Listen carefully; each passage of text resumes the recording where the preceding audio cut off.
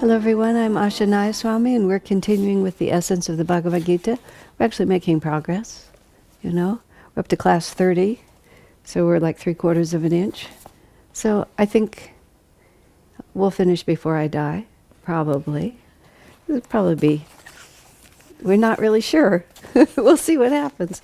Okay, we're up to chapter 3, verse 10, which last time we met, we're in chapter 14 of Swami's commentary, and it was called Directional Development, which it was a long essay, and that's what we worked with last time. And now we're into the verses of chapter 3. I'm going to read 3 verses in a row because that's what Swami did before he commented. But they're very interesting verses. Some interesting thoughts came. There's parts of the Gita, certain chapters, let me say. I'm not an expert on the Gita at all. In many ways, I know the Bible more about the New Testament because I talk about it more often because of Easter and Christmas and other reasons. So certain verses of the Gita are the ones that I pull out just sort of automatically from memory. So for me, too, it's been very interesting, this cycle. This is the second time I've gone through the book all the way through in a class series, but I've gone much more slowly this time. Last time I had committed myself to 10 pages for each hour and a half, which was just absurd. There's a story about Milarepa who got a lot of bad karma. Milarepa was a Tibetan's greatest yogi, is what they call him. And he got a lot of bad karma because his family was cheated out of their inheritance after his father died, and his mother commissioned him to get revenge on the relatives. This is all true, but from centuries ago. So he developed the power of black magic and destroyed all the relatives, and then he realized he'd gotten a little bit of bad karma for doing that. This is a very short summary of a very interesting story. There's a book called Milarepa, Tibetan's Greatest Yogi. Very, very, very interesting to read. So eventually he repudiates his black magic and he goes and gets a guru. And then the guru gives him an assignment and he has to build this big stone building. And he gets it either halfway done or completely done or whatever it was. And then he goes and tells his guru that it's finished, and his guru comes and his guru's outraged. I didn't want it there. I wanted it over there. What could you possibly have been thinking? And he makes him take it down. He has to take the whole thing down. He has to move it over there. Then, of course, when it's over there, it's in the wrong place. He had to do it either 7 or 9 times. I'm not sure what it was, but it was a lot of times. And each time that's how he expiated his bad karma. Now, all of this is about this one line that becomes part of the Ananda culture. Because one of the excuses when Milarepa protested to his guru that, in fact, you told me to put it there, the guru just says, I must have been drunk. That was his explanation for it. Tibetan yogis are a breed apart. They're very unusual. But so that phrase, I must have been drunk, it's the kind of thing that you can say in certain Ananda contexts and everybody understands what you mean. And outsiders will just look at you like you're out of your mind. So I was starting to say is what brought the whole thing up. When I agreed to do 10 pages at a time for a Gita class, I must have been drunk when I made that decision. Even though, of course, I haven't had a drink. Now that I'm just telling random tells. When I was coming home from Ananda village one night, I used to, when Swamiji would, for the big events up there, Swamiji would often do a Saturday night program at Ananda village, which is 200 miles from Palo Alto, and I would have to do a Sunday morning service in Palo Alto. So I would leave Ananda village at 10 or even sometimes later and just drive home in the middle of the night in order to see Swami there and be here to do what I had to do. One of those very late night drives, I don't know, 1:30 or 2, but the energy from Swami would always keep me awake. But the road was very rough, and I was just entertaining myself. I kept changing lanes to just look for a smoother place, and then all of a sudden there's a policeman with a siren behind me, and he pulls me over to the side of the road. I unroll the window, I start talking to him. He starts asking me questions, like what day it is, where did I come from, who's the President of the United States, what time is it, things like that. And I'm just looking at him. Finally I put it together and I said, you think I've been drinking? And then I sort of looked at him and I said, I haven't had a drink since, and I thought like this, 1964. And he looked at me and I said, you weren't born in 1964, were you? He said, no, ma'am, I wasn't. I said, I'm not drunk. I was just looking for a smooth part of the road. We sort of shook hands and I went on. Okay, so here I am going slowly with chapter 3, verse 10. 11 and 12 is what I'm going to read. Prajapati, which is God in the aspect of creator, brought mankind into manifestation, and in so doing gave man the potential for self-offering into a higher than human awareness through yagya. Yagya meaning fire ceremony. And that, I want to go back to that phrase, it's magnificent. Along with this gift, he enjoined mankind, whatever you desire, seek it by offering energy back to the source of all energy. Let this sacrifice, this yagya, be your milch cow of fulfillment, your magic cow that will fill your bucket whenever you ask. Well, I'll read the rest of them, then I'll go back. Number 311, Prajapati continued, with this offering commune with the devas, the shining angels, that they may commune also with you. Through such mutual communion, you will arrive at the highest good.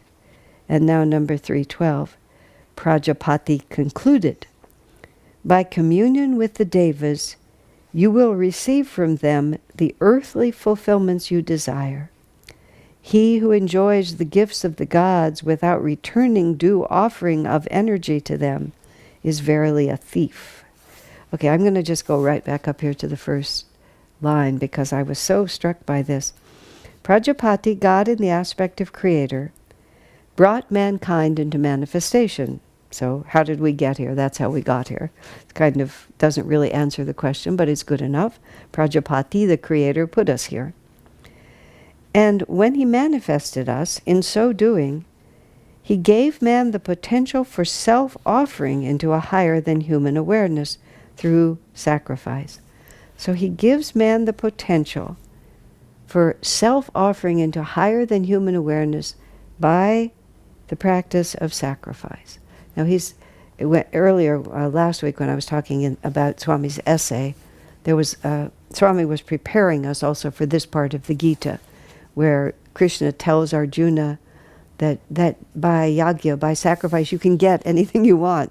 You can get the fulfillments of this earth. And he explains a little bit of what that means. Swami says for meditating yogis seeking oneness with God, these passages have subtler meaning. But what I love, that he gave us the potential for self-offering. That's the phrase that really interested me. Because what he's talking about there, he's talking about free will. He's talking about the fact that we had the potential to offer ourselves up into a higher state of awareness, but we don't necessarily have, what would you say? It's not guaranteed. We have the freedom whether or not we're going to do it. And also, he didn't say automatically rising. He said we have the potential for self-offering into higher awareness through sacrifice. Now, we have to start thinking in all of these sections because the word yagya appears really often. And so I started trying to think about what the word sacrifice means.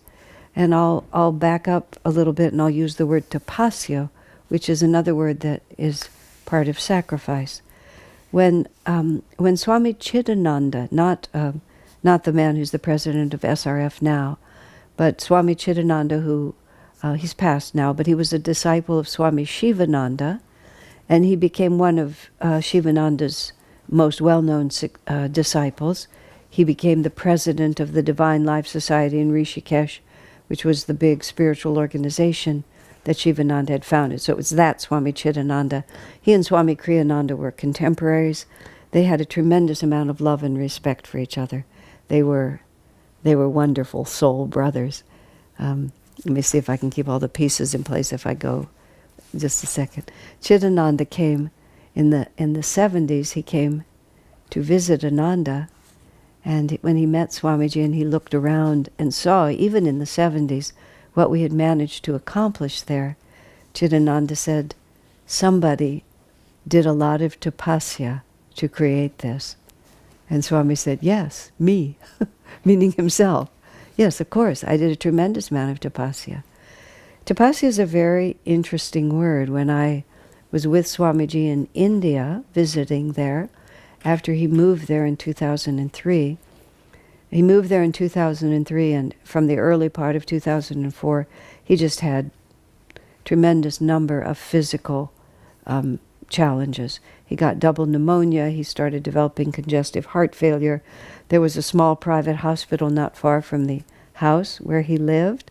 And he had his own room there, basically. Just periodically, they would all just go over and he would check into his room in the hospital there for the heart failure or for whatever it was. Congestive heart failure is serious, but what it means is that the heart begins to fail. So it's not like you're going in with a failed heart, but you're going in with a heart that's beginning to fail, which in his case, his body would swell, his breathing would become difficult.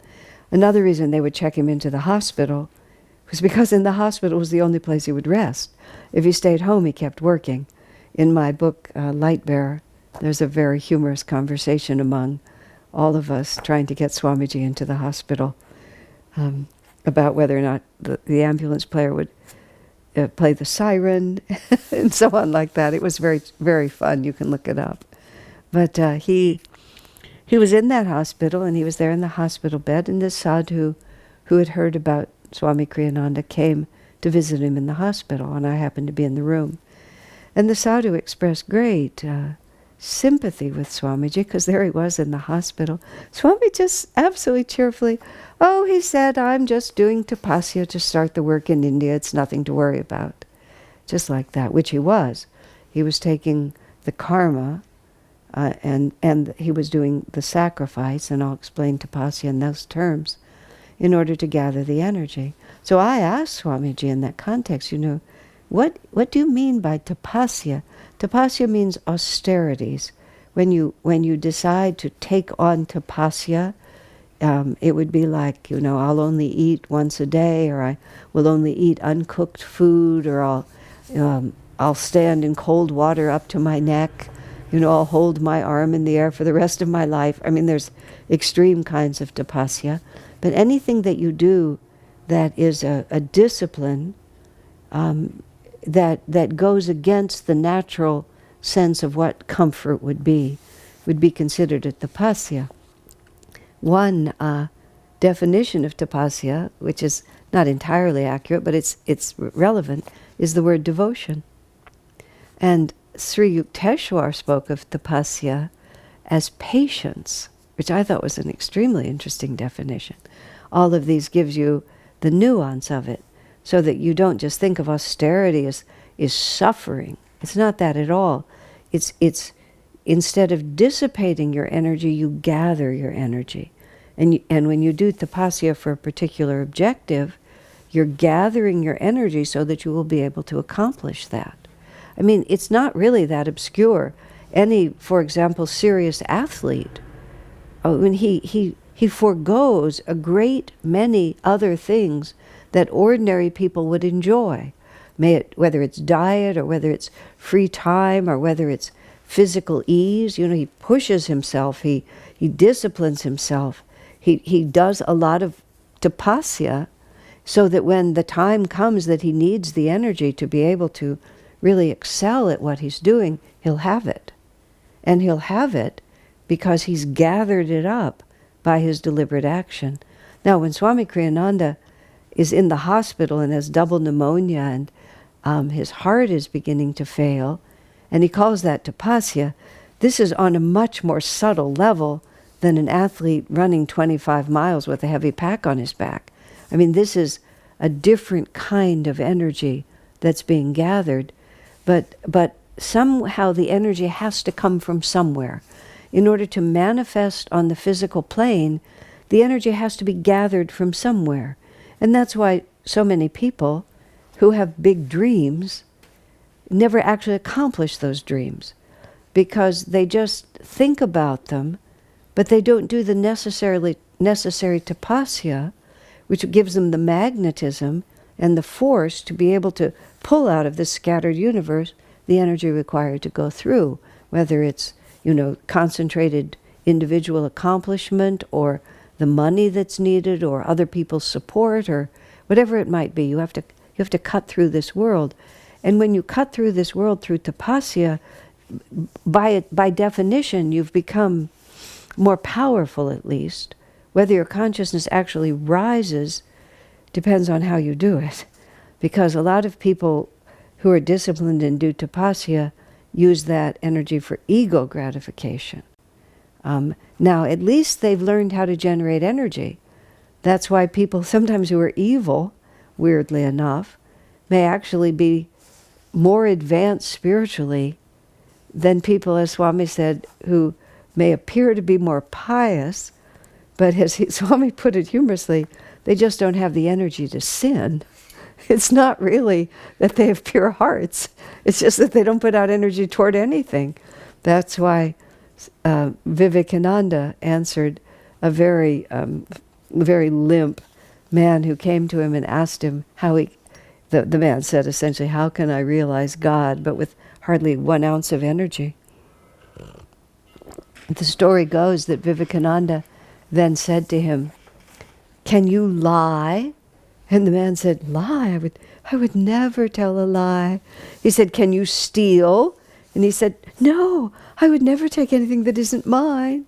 And Vivekananda said, well, what I want you to do is I want you to learn to lie so effectively that everyone will think you're telling the truth, and steal so skillfully that you never get caught. And when you've accomplished those, come back and talk to me about God realization.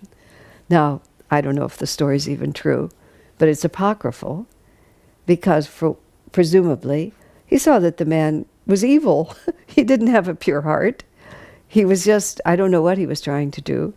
But the point was his actual desires would go in nefarious directions, and he needed to at least put out energy, and that was the direction in which he would put out energy.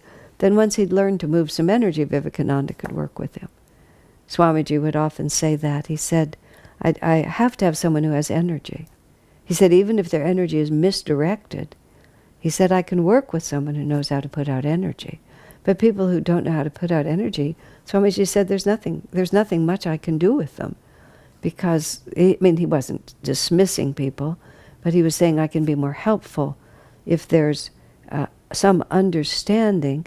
And to put out energy always means tapasya. Because if you put out energy in one direction, you're drawing that energy from somewhere. I used to do these, when I was first living at Ananda, I was in charge of the kitchen at the meditation retreat. And then for many years after, like 6, 7, 8 years after, even when I wasn't in charge of the kitchen, whenever there was a big banquet, I would usually be the one who would cook it because I knew how and because I had fun. I loved doing it. These Indian banquets we would make, then it was like for 150 or 200 people. Now it was like the last huge event was like 800 or something. That's a whole different order of magnitude. But to do one of those, you had to plan it, you had to shop, you had to make all the lists, you had to go in early for many days in a row, you had to work all day and well into the night. And one wasn't doing a lot of other things during that time. Wasn't going to classes that were happening, wasn't getting enough sleep, wasn't doing an ordinary meditation time. The energy had to come from somewhere. You see, it's just common sense. Now, on a more subtle level, and this is where we're getting to here, but let's use the word self-offering also. Those banquets, I willingly and happily offered my energy into that. Tapasya, which it might have looked like to some people from the outside, to be in the kitchen on your feet cooking from 6 in the morning till 10 at night, for me it was devotion. I never thought of it as tapasya. It was just, isn't this fun? We get to make this wonderful dinner for all these people and they're going to enjoy it. And it's going to be such a beautiful banquet and all these things. And it was also Sri Yukteswar's word. It was also patience. You have a whole this much cilantro, and you have to take all the leaves off the stem. It takes a lot of patience. You have a whole blocks of potatoes, and they all have to be peeled and they all have to be cut. And the art of creating those big meals was actually, I mean, I'm thinking of this as I say it. It was patience. It was just realizing that if we start and we don't stop, we'll finish. And you don't feel in the middle somewhere that it's not going to work. We used to make kheer, which is boiled rice pudding. We had these 8-gallon stainless steel tubs. I think they finally, no, maybe they still have them.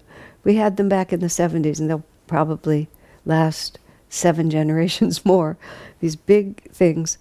And we would make kheer, but kheer you have to boil the milk way down. And of course, most people make it for a household. So you have a saucepan like this, and in 30 minutes you boil it down.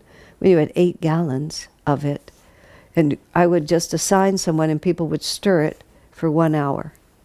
And so you had to have 8 or 10 people.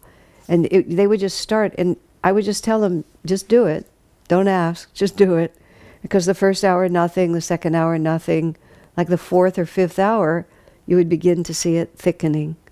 And if somebody stirred it continuously for that entire time, it was just absolutely perfect. But the patience to do it. And I would watch some people, they just didn't have the patience. You know, they just couldn't stand there stirring that pot for an hour. It was a tapasya that they couldn't do. They couldn't offer themselves. They couldn't make the self-offering of just stirring that pot for 1 hour in order to draw the energy to make it happen. So you do it yourself. You choose it. No one's making you do it. See, that's the difference. To be compelled to do it unwillingly, to do it only because I'm being paid, you know, doing it because my mother made me, my father made me, I have to do it, my boss makes me. I mean, that's tapasya in the sense, perhaps, of suffering, but it's not self-offering. No, it's not tapasya, because tapasya you take on out of devotion. Tapasya is devotion and patience. Just doing it because you're forced to, that's not tapasya. You don't, let me say why. You don't get any benefit from it. It doesn't uplift your energy. Merely because you're suffering, if you're constantly pulling your consciousness down with your complaint, the sacrifice is nothing. It doesn't do anything for you. Because what the potential we're given is self-offering into a higher than human awareness. Now, we're talking about God realization, but this chapter is called Directional Development. And that's what the whole essay that Swami wrote to begin this, that I was talking about last week, is we look where we're trying to go, and then step by step we start going there. And the way I've often tried to express this to people, because this is something that's just so important to the spiritual path, which is, Swamiji was explaining one time, too often people think they look at what it looks like to be spiritual, and then they try to become spiritual, but they define it from looking what it looks like to be spiritual. In the early days of Ananda, which was through the 70s, when a lot of people were just discovering these teachings, a lot of very interesting characters came through our community at different times with different spiritual facades. And even some of the people who lived there developed these sort of spiritual facades. There was this one particular woman who didn't last, and she almost always dressed in white, which was extremely impractical way out in the country there with this red dirt, but she would sort of dress in white, and she always carried one of Master's books. You know, I mean, it's nice to carry Master's book, but she would sort of hold it like a little bit like that, and then, you know, she was just always sort of sighing, and then whenever it became just too rajasic around her, she would piously read the book. You know, but it was just like, it was a phony. There's just no other word for it. Later I heard from people who knew her before what she was really like. There was another woman who actually also, not quite as extreme, but very close. And the stress of trying to carry out that pretend personality actually caused her to have a break from reality. And after she came back from the break from reality, before she had that, she was so boring. I mean, just she was so boring. It was really a tapasya. It was a test of patience for me to just be with her because she was so dull. When she came back, wow, she was fabulous. She was a little bit raunchy, a little bit outrageous. I mean, her real self was actually quite wonderful, but it wasn't the picture of spirituality. So what Swami has often said to us, your spirituality, spirit is inside of you, and it blooms from inside of you. It's not outside of you and then you paste it on yourself. It's literally a seed. You can call it the Christ child, or coming into Christmas when I'm recording this. It's the Christ child which begins as a baby and then grows into this magnificent man. But everything in God's creation starts from a center point of conscious life and grows out from that point. I mean, think of the sperm and the ovum. The sperm and the ovum come together. There's a center point.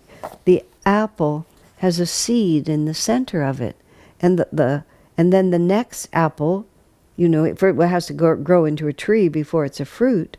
But there's a seed of life, and it's just so astonishing to look at a seed and realize, what's in there.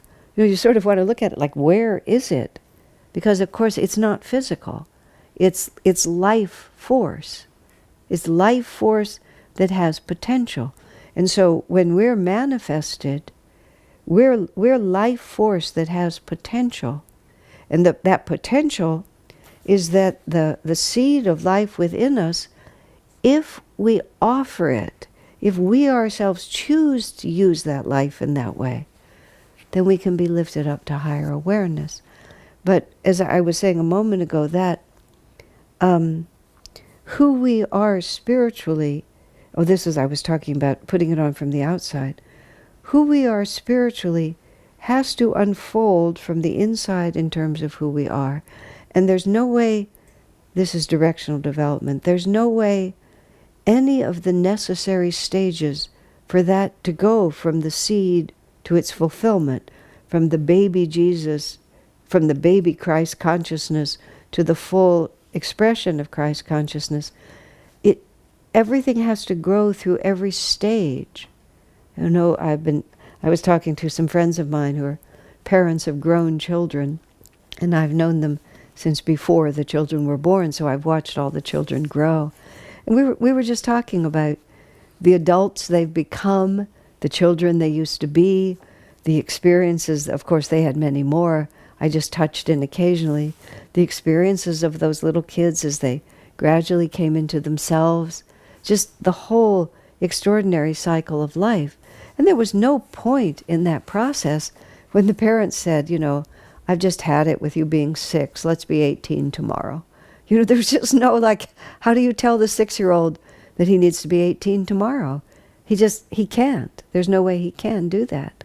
And so we, as devotees, we are children, or the Christ consciousness within us is a baby when we begin, and it simply can't become full grown by any method except every single stage upon the path.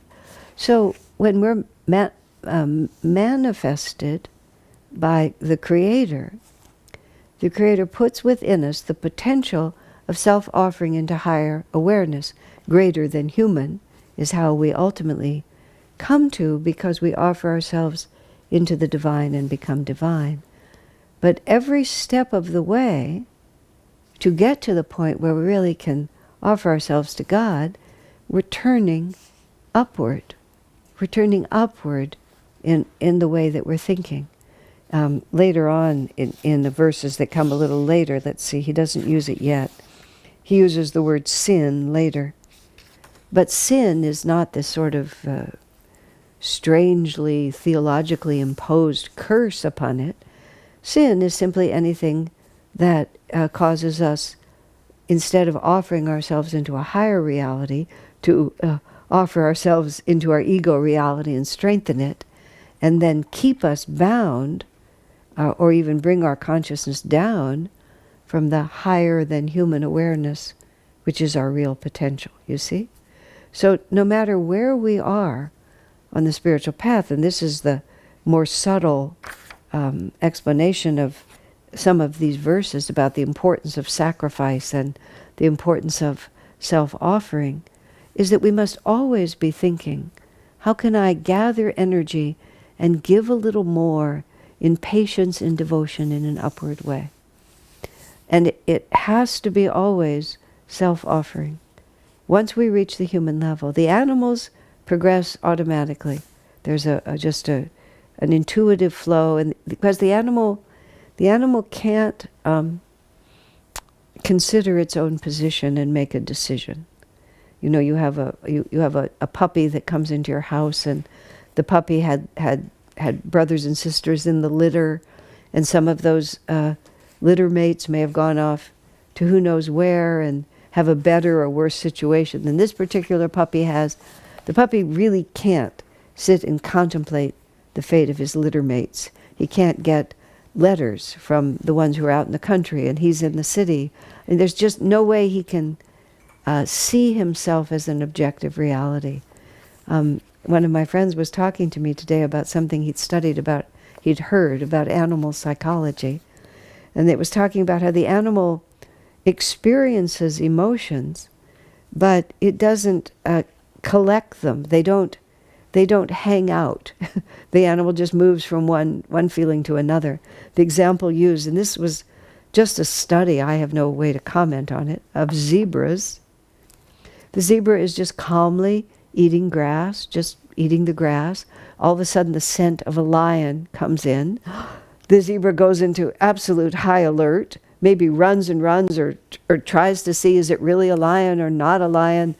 Once he's sure that he's not going to be eaten by a lion, he just goes back to chewing the grass. You know, there's not like, he doesn't become addicted to substances because of the trauma of his youth, you know, in which he was constantly threatened by lions. He just chews the grass again. But of course he'll be terrified the next time the lion comes, or he'll be at high alert. But it's not like a human.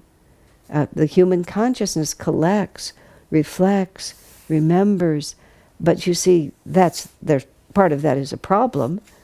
But the other part of it is that then the human can make definite choices. And it can decide what it's going to offer itself into. Is it going to offer itself, meaning its energy? You know, that's what we are. We're our energy. We're our consciousness expressed as energy. And tapasya is the gathering of energy. Yagya is the sacrificial fire. But the fire itself, you see, is a symbol, because you take energy, this is how I put it, you take energy from one source and give it to something else. Now, when I'm making one of those big Indian meals, I'm giving my time, I'm giving my physical energy, and my time and my physical energy would have been given to something else if it wasn't given to that goal. If I'm sitting and meditating, I'm gathering my concentrated energy and I'm giving it to a certain practice rather than letting it dissipate or watching a Netflix series or whatever I might be doing, which I don't that often, but I do. But you're just giving yourself to something. My life force. Even and the yagya, the fire, is the same thing. You take a piece of wood from here, you put it into the flame, and then all the energy that was, you know, that the tree committed, all the water, the sun, the air, the life force of the tree. I mean, it took a tremendous something, or a piece of coal buried deep in the ground, or oil, whatever it is. But using the wood as the example, just this one piece of wood that you're holding in your hands. I mean, think how much energy went in to make that piece of wood. And that's why when you set it into the fire, a tremendous amount of energy comes out of it, because it's all now released. And you're applying heat, you know, which is representing the sun and the spiritual eye and all these different things. And all the potential of that wood is released and elevated. And you warm your hands by it, you read your book by it, you cook your food. Energy is taken from one source and it's transmuted by a conscious, it's transmuted by the conscious direction of more energy onto it. So I myself I get up in the morning and I breathe and my hands work and I use my mind, my will, my heart to take myself to the kitchen and make this dinner for all these people. I'm consciously offering it. And then all my energy is transmuted by the yagya, by the fire ceremony of my will. And the result in this case, in the example I'm using, is a banquet. But you see, that's the process. That's the potential that we have. And every moment of our lives is actually a fire ceremony, because we're living identified with our physical self, and that the ego is when the spark of divinity that is us becomes defined by some bodily limitation, and then that bodily limitation tries to keep us in form, like the piece of wood, just there we are. This is who I am, this is my physical body, and our consciousness, Master tells us, lives at the medulla at that point, which is the opposite pole of the spiritual eye chakra.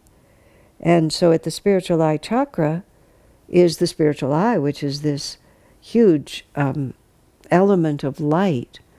Swamiji says the physical sun is a symbol of the spiritual eye.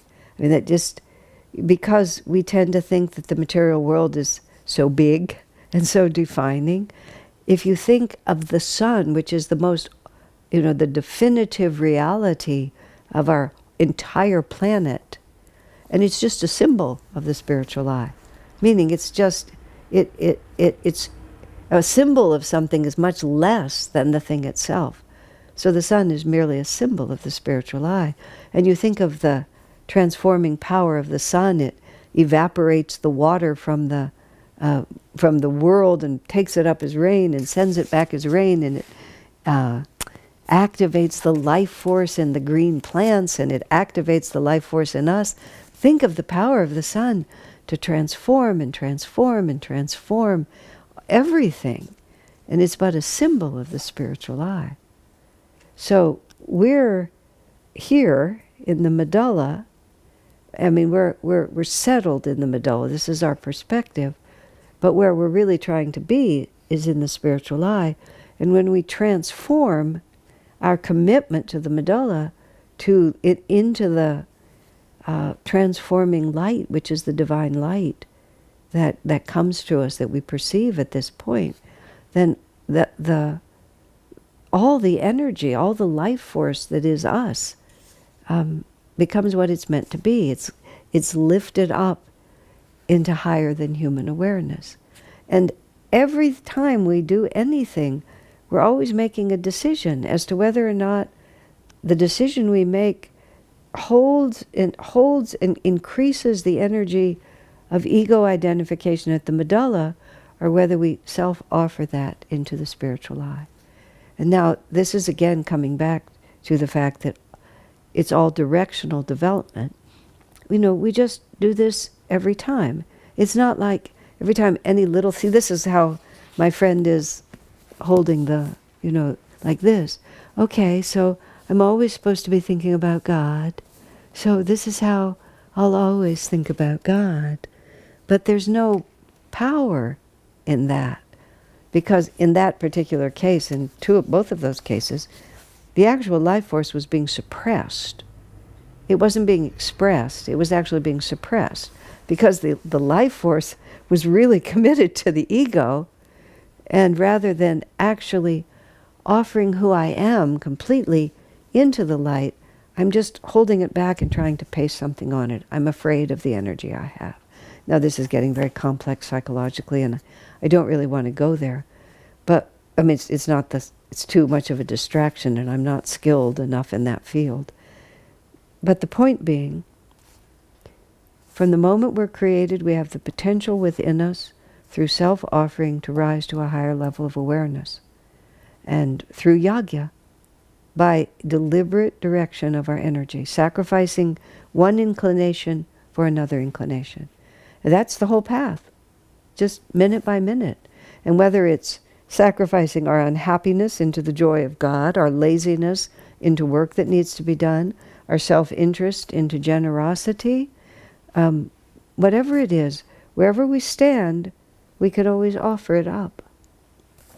And we have to offer it up with sacrifice. Down here it says, he who enjoys the gifts of the gods without returning due offering of energy to them is verily a thief, is how he puts it here. And he was also talking about, it gets confusing because we're also talking about Vedic rituals and so on. But it's a very straightforward, we stand in constant relationship to the power of God that created us, in constant relationship to Divine Mother, to the Guru, to God Himself. What we have to understand is spiritual life is a relationship, and it's a relationship to a higher reality, and that higher reality is conscious. And human relationships are but a symbol of our relationship with God. I mean, think about how incredibly engaged and involved we are in our relationships with each other. But they're the way we learn to love so that ultimately we can love God, heart, mind, and soul. Now, human love, and I'll quote Master, perfectly expressed, is almost the same as divine love, is how he put it. But because when we learn to express love perfectly, then we have offered ourselves. It's been a self-offering into a higher awareness. Now, let me just find that for a moment. Oh, yes. What I meant by symbolic is, excuse me a moment.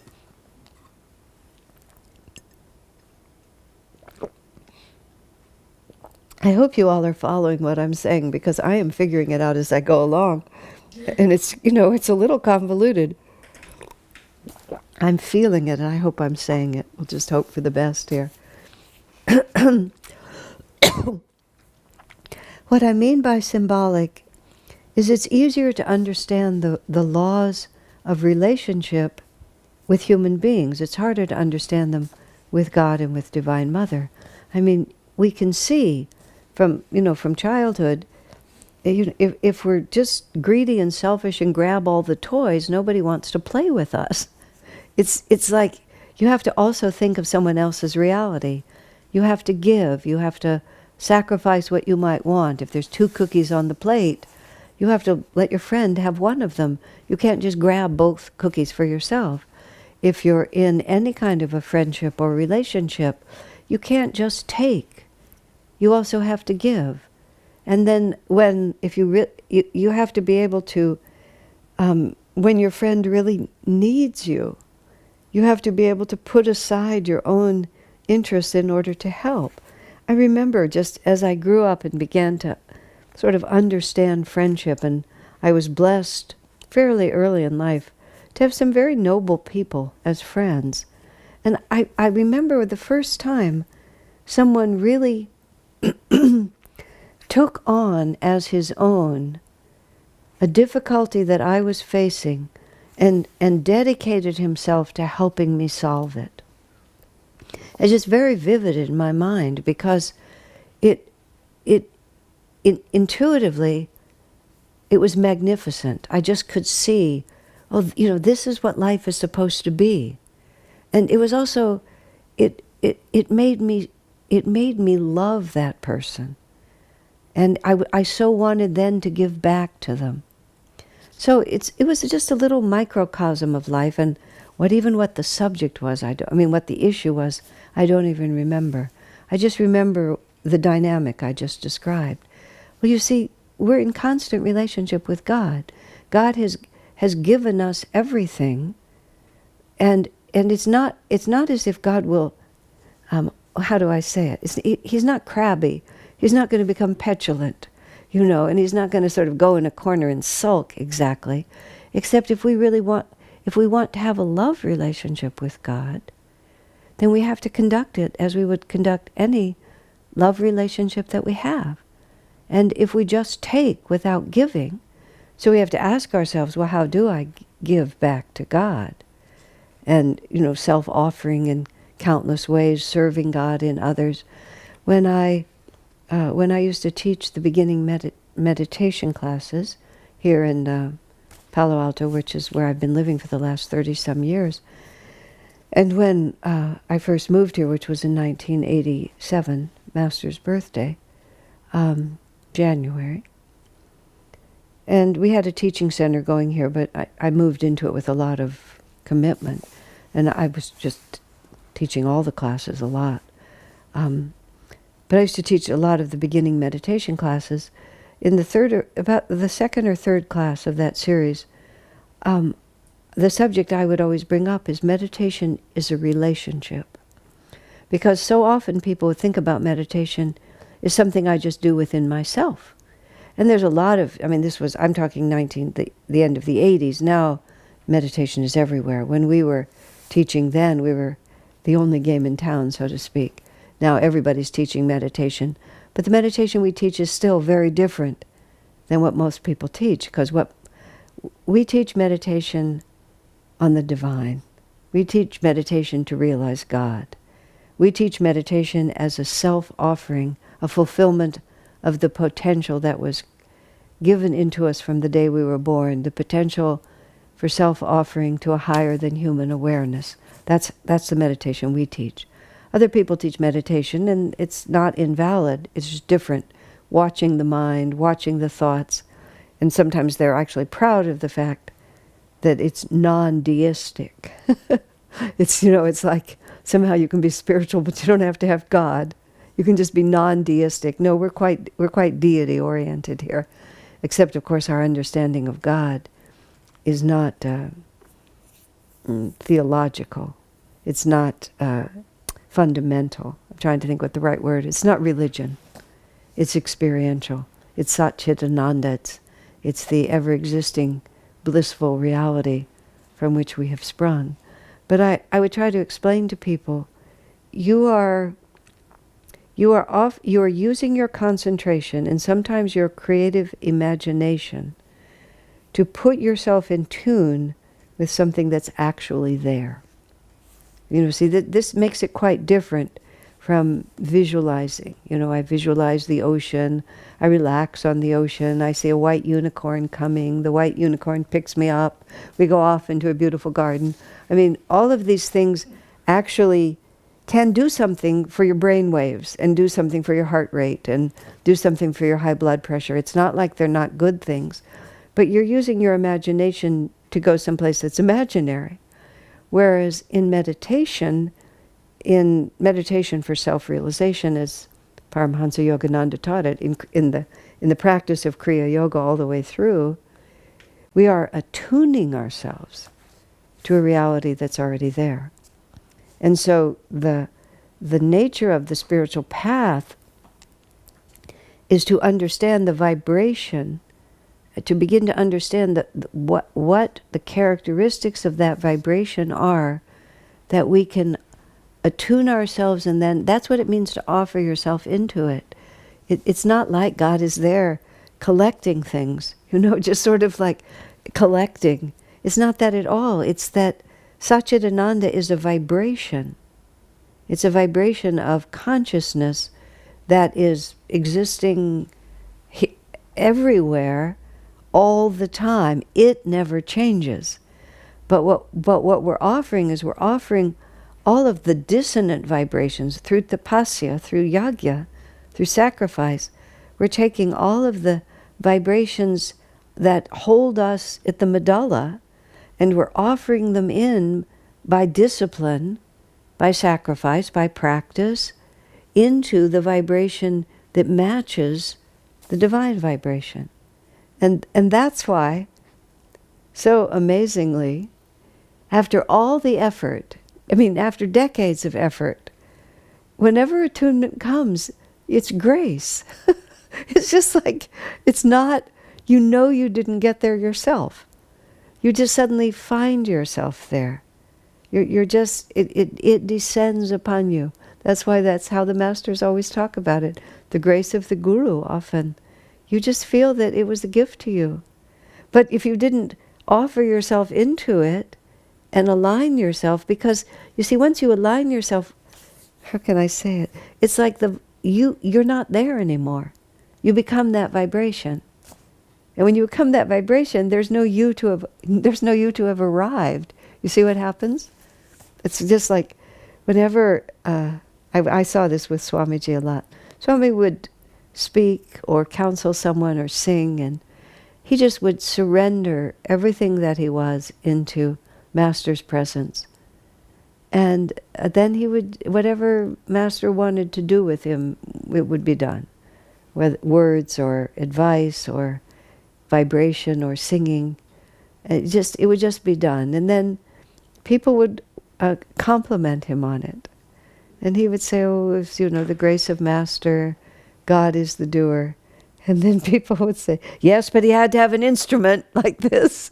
They would work so hard to persuade Swamiji that he actually had some egoic involvement in what just happened. It was just like, all right, there's no way to fight it. But you don't, because you've offered from the medulla to the spiritual eye. And then that part of you, whether it's gone forever, no such luck for some of us, but it's gone at least for a moment, because that's the yagya. That piece of wood has now its form has been released, and we're up into something freer. I'm going to digress for just a moment, as if I haven't been, but I'm going to digress again, because I had an interesting insight just recently on something that I think is quite important. So I'm putting the Gita aside for a moment. I'm probably not going to tie these two together. There's a lot of trouble in the world right now, and the politics of the whole world. It's just the world is getting really, really, really divisive. It's tough. And in America, it's hard to read the news. It's just one thing after another, especially those of us who are, I don't mean those of us, I don't want to put myself separate. Most Americans, we're spoiled as a country. We have positive expectations. I remember some friends from an Asian country, I'm not going to name the country. They came to visit, and there'd been some huge scandal in their country about the politicians, how much money the politicians had squirreled away for themselves in Swiss bank accounts. And the woman friend, she said, of course we knew they were stealing, but so much.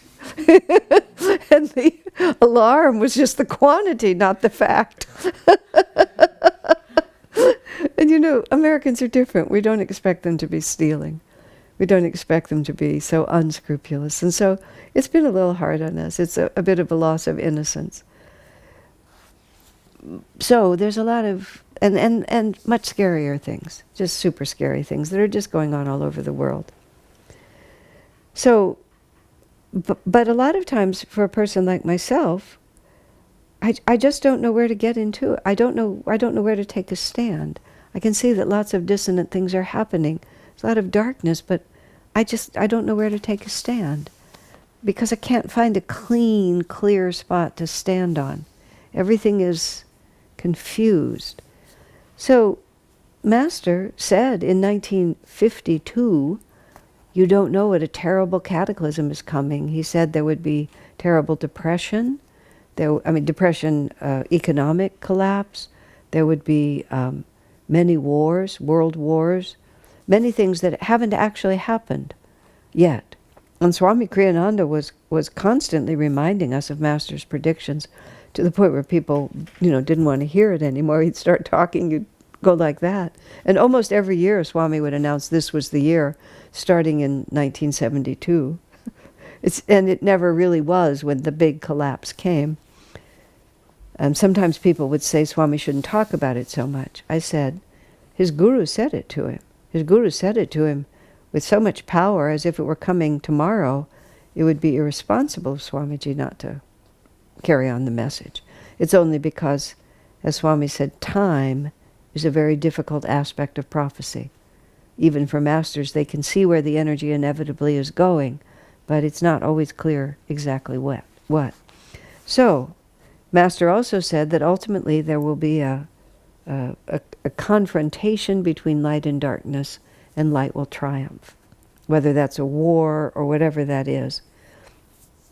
So in between there, this Indian teacher named Sant Keshav Das, who was a friend of Swamiji's, Santji has long since left this world, and the two of them were talking at the lunch table at a crystal hermitage at Ananda village, and I must have cooked or served lunch or just been a guest at the table. And I listened to them talk, and they were talking about this shared expectation that the world is, you don't have to be a prophet to see it, the world is becoming more polarized. Swami says usually the world is like a cigar. Few good people, few bad people, most people just hang out in the middle. In times like this, it becomes like a dumbbell. The middle ground is just being taken away, and there's a great deal of good that's growing, and there's a lot of evil also, but there's not a lot of middle space. You know, spirit is rising like this, and darkness is also expanding. So they were talking about this dynamic, and that we're going into an ascending age, and all the masters have promised, you know, a master said, after whatever happens, he said there'll be 300 years of unprecedented peace and prosperity. He said mankind's just sick to death of war and violence. Will just repudiate it for many, many centuries to come, which is great. Dwapara Yuga is not free because they still have war, but is better. So Sanjay and Swamiji are talking about this. And I know this is a subject I've brought up often because I think about it a lot. And they were talking, and this is the most interesting thing they said, that first darkness will fight with itself, and then it will weaken itself because it will fight with itself, and then there will be a confrontation between light and dark. And one of Master's things, he said, India and America would stand together against much of the world. Who knows, but that's what he said. So for a long time I've been saying that, you know, the darkness will fight with itself. And I've tried to think about it in terms of this political party or that political party. You know, this candidate isn't very good, but this one certainly has flaws. And again, I just haven't known where to step into it. But today it finally occurred to me, because I was listening on the radio just from here to there. There's this very strident voice woman. The subject is climate change and clean energy. This very strident woman whose character I would not enjoy was urging parents to get together to demand that the school boards have clean energy in all the schools. And I was thinking about in California, where we are now, some of the wildfires over the last few years were caused by the PG&E lines that fell or set out sparks or broke. So everybody got so mad at PG&E, and now they've driven them into bankruptcy. So now as soon as there's the least hint of fire, PG&E cuts off all the power. So now businesses are going out of business because they don't have any power. Restaurants are, all the food is going rotten. One of the oldest grocery stores in Nevada City had to give away tens of thousands of dollars worth of food because they were out of power for 8 days up there. And everything was spoiled, and now they're going bankrupt. Because this one was so mad at PG&E, and now they're furious on this side. Because you see, the darkness is life without God. And it's not your political position or whether you believe in climate change. It's whether or not you think the ego defines reality and my egoic preferences are the right preferences and I want my ego preferences. Instead of, there is a divine power, that there's a greater divine reality of which we are all a part. And our Creator gave us the potential to offer ourselves by tapasya, not by self-indulgence, but by disciplined effort to lift ourselves, to be in tune with this reality, and then grace will flow from that reality. And the darkness is fighting itself. One materialistic solution, another materialistic solution, one aggressive ego, another aggressive ego. And who cares what their specifics are? Master said the entire point of the challenges that come to us is to bring us to an awareness of the presence of God. And so at some point, that will actually be the issue. It will be life in tune with God versus life dedicated to the ego. And then those of us who live for God, all of a sudden, that will be our voice. That will be our time. Because that is really the solution. Everything else, to everything, whether it's the individual or society, that is the solution. The time for knowing God has come. That's what Master told us. That's the answer. God bless you.